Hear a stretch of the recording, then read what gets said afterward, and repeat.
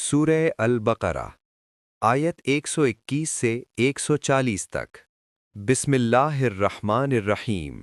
جن لوگوں کو ہم نے کتاب عطا کی وہ اسے اس طرح پڑھتے ہیں جیسا اس کے پڑھنے کا حق ہے، یہی لوگ اس پر ایمان رکھتے ہیں، اور جو اس کا انکار کریں وہی نقصان اٹھانے والے ہیں۔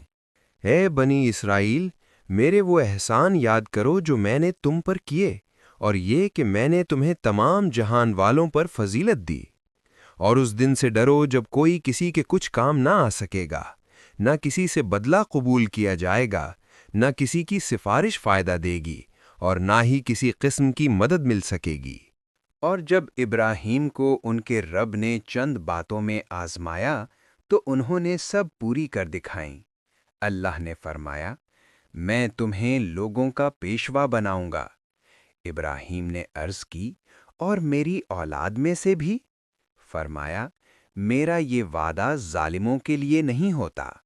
اور جب ہم نے خانہ کعبہ کو لوگوں کے لیے جمع ہونے اور امن کی جگہ بنایا اور حکم دیا کہ مقام ابراہیم کو نماز کی جگہ بنا لو، اور ابراہیم اور اسماعیل کو تاکید کی کہ میرے گھر کو طواف کرنے والوں، اعتکاف کرنے والوں، رکوع اور سجدہ کرنے والوں کے لیے پاک رکھو۔ اور جب ابراہیم نے دعا کی، اے میرے رب، اس شہر کو امن والا بنا دے، اور اس کے رہنے والوں میں سے جو اللہ اور روز آخرت پر ایمان لائیں انہیں پھلوں کا رزق عطا فرما۔ اللہ نے فرمایا، جو کفر کرے گا میں اسے بھی تھوڑی مدت فائدہ اٹھا دوں گا، پھر اسے دوزخ کے عذاب کی طرف مجبور کر دوں گا، اور وہ بری جگہ ہے۔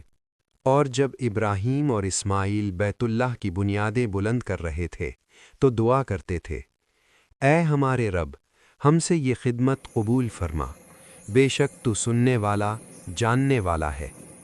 اے ہمارے رب، ہمیں اپنا فرما بردار بنا کر رکھ، اور ہماری اولاد میں سے بھی ایک گروہ کو اپنا مطیع بنا، اور ہمیں عبادت کے طریقے سکھا، اور ہم پر رحمت کے ساتھ توجہ فرما، بے شک تو بہت مہربان ہے۔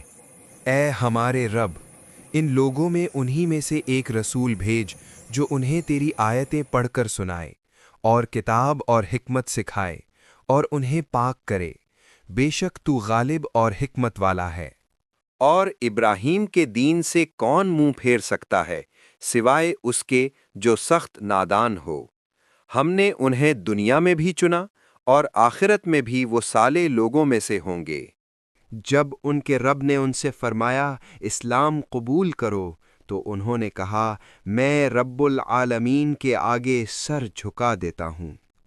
اور ابراہیم نے اسی بات کی وصیت اپنے بیٹوں کو کی، اور یعقوب نے بھی، کہ اے میرے بیٹوں، اللہ نے تمہارے لیے یہی دین پسند کیا ہے، اس لیے جب موت آئے تو مسلم ہی مرنا۔ کیا تم اس وقت موجود تھے جب یعقوب کی وفات کا وقت قریب آیا، جب انہوں نے اپنے بیٹوں سے پوچھا، میرے بعد تم کس کی عبادت کرو گے؟ انہوں نے کہا، ہم آپ کے معبود اور آپ کے باپ دادا ابراہیم، اسماعیل اور اسحاق کے معبود کی عبادت کریں گے، جو ایک ہی معبود ہیں، اور ہم اسی کے فرما بردار ہیں۔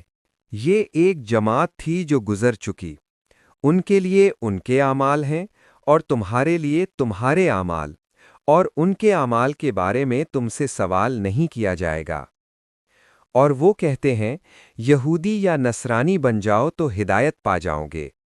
کہہ دو، نہیں، بلکہ ہم ابراہیم کے دین پر ہیں جو ایک اللہ کے ہو کر رہے اور مشرکوں میں سے نہیں تھے۔ کہہ دو، ہم اللہ پر ایمان لائے اور جو ہم پر نازل کیا گیا، اور جو ابراہیم، اسماعیل، اسحاق، یعقوب اور ان کی اولاد پر نازل ہوا، اور جو موسیٰ اور عیسیٰ کو دیا گیا، اور جو تمام انبیاء کو ان کے رب کی طرف سے ملا، ہم ان میں سے کسی کے درمیان فرق نہیں کرتے، اور ہم اسی کے فرما بردار ہیں۔ اگر یہ بھی اسی طرح ایمان لے آئیں جیسے تم ایمان لائے ہو تو ہدایت پا جائیں گے، اور اگر منہ پھیر لے تو وہ مخالفت میں ہے۔ اللہ تمہارے لیے کافی ہے، اور وہ سننے والا، جاننے والا ہے۔ کہہ دو، ہم نے اللہ کا رنگ اختیار کر لیا ہے، اور اللہ سے بہتر رنگ کس کا ہو سکتا ہے؟ اور ہم اسی کی عبادت کرنے والے ہیں۔ کہہ دو، کیا تم اللہ کے بارے میں ہم سے جھگڑا کرتے ہو جبکہ وہی ہمارا بھی رب ہے اور تمہارا بھی؟